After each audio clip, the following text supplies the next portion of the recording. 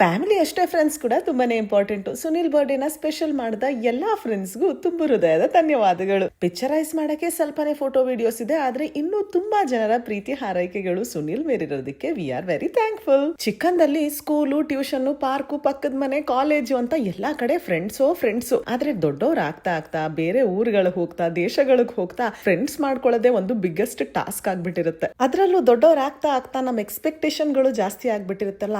ನಾನ್ ಅವಳಿಗೆ ಅದನ್ನ ಮಾಡ್ದೆ, ಅವಳು ನಂಗೆ ತಿರ್ಗ್ಸ್ ಅದನ್ನ ಮಾಡ್ಲೇ ಇಲ್ಲ, ನಾನ್ ಇವ್ನ್ ಯಾವಾಗ್ಲೂ ಬೇಕಾವಾಗಿರ್ತೀನಿ, ಇವ್ನ್ ನನ್ಗಿರೋದೇ ಇಲ್ಲ ಅನ್ನೋ ತರ ಎಕ್ಸ್ಪೆಕ್ಟೇಷನ್ ನಮ್ಮಲ್ಲೂ ಇದ್ದೇ ಇರುತ್ತೆ. ಅದ್ರ ಜೊತೆಗೆ ಅವ್ರು ಸರಿ ಇಲ್ಲ, ಇವ್ರು ಸರಿ ಇಲ್ಲ ಅನ್ನೋ ಜಡ್ಜ್ಮೆಂಟಲ್ ಮೆಂಟಾಲಿಟಿ ಹೊತ್ಕೊಂಡು ಕೊನೆಗೆ ಅಯ್ಯೋ ನಮ್ಗೆ ಯಾರು ಇಲ್ವಲ್ಲ ಅಂತ ಅನ್ಕೊಳ್ಳೋಕ್ ಮುಂಚೆ ಫ್ರೆಂಡ್ಶಿಪ್ ಅಂದ್ರೆ ಒಂದು purest form of the relationship ಅನ್ನೋದನ್ನ ಅರ್ಥ ಮಾಡ್ಕೊಂಡು ಜಲಸಿ ಜಡ್ಜ್ಮೆಂಟ್ ನೆಲ್ಲ ಬಿಟ್ಬಿಟ್ಟು ಬರುತ್ತೆ ಹೋಗುತ್ತೆ ಅಂತ ಲೆಟ್ ಗೋ ಮೆಂಟಾಲಿಟಿ ಹೊತ್ಕೊಂಡಿಲ್ಲ ಅಂದ್ರೆ ನಮ್ ಸುತ್ತಮುತ್ತ ಜನ ಇರೋದಕ್ ಸಾಧ್ಯನೇ ಇಲ್ಲ. ಹಾಗಂತ ಫ್ರೆಂಡ್ಶಿಪ್ಸ್ ಥೆರಪಿ ತರ ಇರ್ಬೇಕೆ ಹೊರತು ತಲೆನೋವು ತರ ಇರಬಾರ್ದು.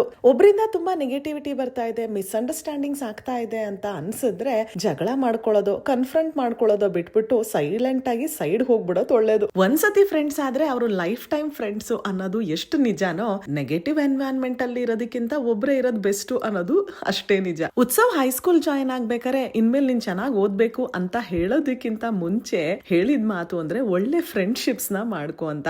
ಎಲ್ಲಾ ಕ್ಯಾಟಗರೀಸ್ ಆಫ್ ಜನದ ಜೊತೆ ಫ್ರೆಂಡ್ಶಿಪ್ ಹ್ಯಾಂಡ್ ನ ಎಕ್ಸ್ಟೆಂಡ್ ಮಾಡು. ಯಾರನ್ನೂ ಜಡ್ಜ್ ಮಾಡದೆ ಪಾಸಿಟಿವ್ ಮೆಂಟಾಲಿಟಿ ಇಟ್ಕೊಂಡು B nice with every one. Friendship grow ಆಗೋದಕ್ಕೆ, ಬಿಲ್ಡ್ ಆಗೋದಕ್ಕೆ ನಮ್ಮ ಟೈಮ್ ನ ಇನ್ವೆಸ್ಟ್ ಮಾಡ್ಲೇಬೇಕಾಗುತ್ತೆ. ತುಂಬಾ ಶುಗರ್ ಕೋಟ್ ಮಾಡದೆ ನೀ ಇರೋ ಹಾಗೆ ಇರು, ಅದನ್ನ ಎಕ್ಸೆಪ್ಟ್ ಮಾಡೋ ಜನ ಸಿಕ್ಕಿದ್ರೆ ಅವ್ರನ್ನ ಮಾತ್ರ ಬಿಡಬೇಡ. ಈ ಪ್ರೀಚಿಂಗು ಅವನೊಬ್ಬನ್ಗೆ ಅಲ್ಲ, ನಮ್ಮೆಲ್ಲರಿಗೂ ಅನ್ವಯಿಸುತ್ತೆ ಅಲ್ವಾ.